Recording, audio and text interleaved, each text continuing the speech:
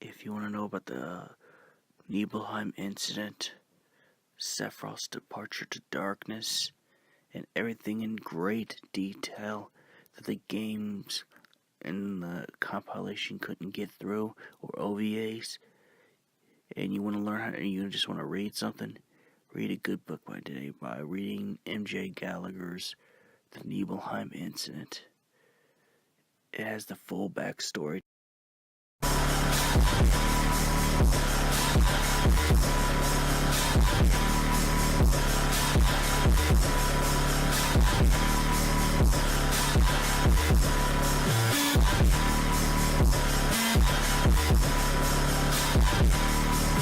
What's up, my archvies of chaos? Welcome to the courtroom of justice.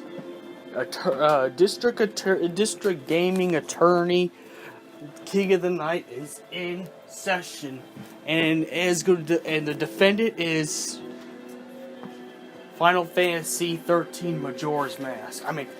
Lightning's Return. So let's get started.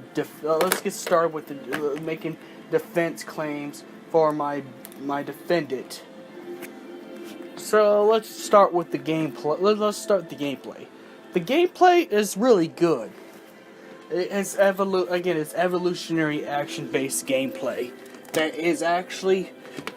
actually kind of helps start the thing. Now, I love playing Lightning. Now, you don't get to play the others, not even as DLC, so, if you were hoping to do that, you'll be a little disappointed, but that's okay. If you're a Lightning fanboy, or Lightning's your wifey or waifu, this is the perfect game for you to play, as well. The gameplay I like is even better than both 13s combined, because since this game's kind of short because of the time restraint in the game, where if you don't complete the game in a certain amount of days, in game days, the world comes to an end. Pretty much, I call it the Majora's Mask effect. So they had to actually turn to action based, since it's going to be hard to grind and level up. So the good news, at least, is when you do beat a boss or anything like that, or beat a storyline boss, you do get up 10 levels than you did in the other Final Fantasy 13. So if you had trouble beating Caius before, just go beat the other places. Just go beat Luxurion, and all the other places, and Eusonon and the Dead Dunes before going to the Wildlands and fighting Caius. So if you had trouble with Caius, there's your ticket. I just taught you how to actually beat Caius. Just beat those other things, because you get 10 levels for each major boss fight. Even side boss fights, just like the Chocobo Eater and stuff like that, you gain 10 more levels, since there's a jam-packed time. They have jam-packed all that stuff with the combat and stuff like that. So yeah, it's easy to level up in that game. It's not really that hard, As a matter of fact, reaching max level is actually pretty easy. All you gotta do is just beat all the side missions as quick as possible, go to the Ark, and also use the extra time slots to increase your time before the world ends, so the world don't end on you while you complete side quests. Yeah, and that's if you could complete the side quest as is. So, ending with the gameplay mechanics I do like, and this is what they implemented in Final Fantasy 15. Is that 15 is a full fleshed out game that you can actually use without a time limit to do it. So, good on Lightning's Return for the gameplay.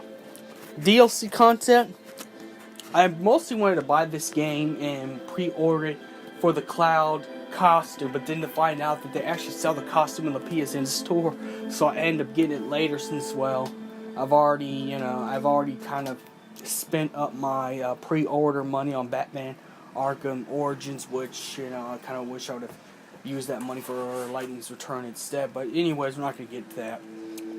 But I actually wanted to pre-order the Lightning's Return for the fact that you get the Buster Sword and Cloud Strife's outfit from Final Fantasy VII. So using that combat with that, kind of showed you what would happen in the Final Fantasy VII remake. So I actually wanted to and I think there are mods out there where you could actually take the model of Lightning's ahead and switch it with Cloud, so it'd be like Cloud playing the game. But I wanted to originally play that game just for that, and I like the Yuna thing, the Yuna outfit, the classic Final Fantasy stuff, and you don't even have to buy the stuff from the DLC. You get classic Final Fantasy uniforms in the store, in the in-game store as well. So I like that they put more classic Final Fantasies. I think they were trying to increase on the dress sphere, but in the way where it's done completely right, because you're not needing to use the dress spheres to actually make you're not actually needing to use the dress spheres to make lightning stronger, even though each outfit does make lightning stronger, a little bit. It's not necessary. You can actually just beat the whole game with Cloud's outfit if you want to.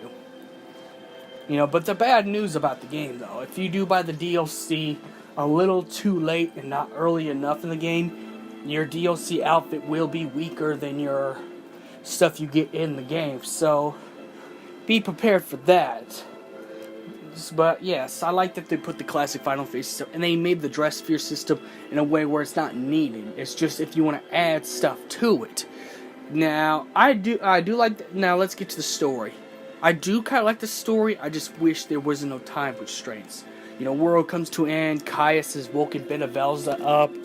Since Etro's dead, Benevelza's waking up and wants to recreate the world, recreate a perfect paradise world by, wiping out the evils of mankind. Though, the problem is he wipe out the good people and reshape their memory, take people's memories away, pretty much. Which, can't do that. That's kind of crossing boundaries, Benevelza. Bad boy on your part. So you have to go save everybody. The only person you can't save is Caius, because Caius, well, understandably so, Caius did sin. Caius did cause the events of Lightning's return as much as he did with 13 too, so understandably so that he would feel the way he does. Now, I like Snow's thing because, now Snow is a more flushed out character than he was in the other 13s. He isn't just, no, I'm a hero person. He actually he's actually got more of a flushed out background to him. So, it makes him a better character than he was in the previous two entries. Because he had to sacrifice himself to keep the civilians from being trapped inside the chaos. He was going to trap himself inside the chaos so none of the civilians he was looking after would be in there, Which made Snow a true hero. Made Snow a true hero. Even though he runs kind of a big strip club thing in the beginning of the game, but we're not going to get to that. But nonetheless, Snow's a more fleshed out character. Everyone's get their story arcs, which I like. Snow, Vanille, Fang, Hope. The only thing that really drew back a little bit is, why is Hope a kid? If Hope's a grown up in 13 too, why is he a kid? But then you find out that it's actually not even Hope at all. It was actually Benevelza using that version of Hope to trick Lightning into doing stuff. And, get to the story, let's talk about worlds. The world is actually nicely built. Just like the other 13s.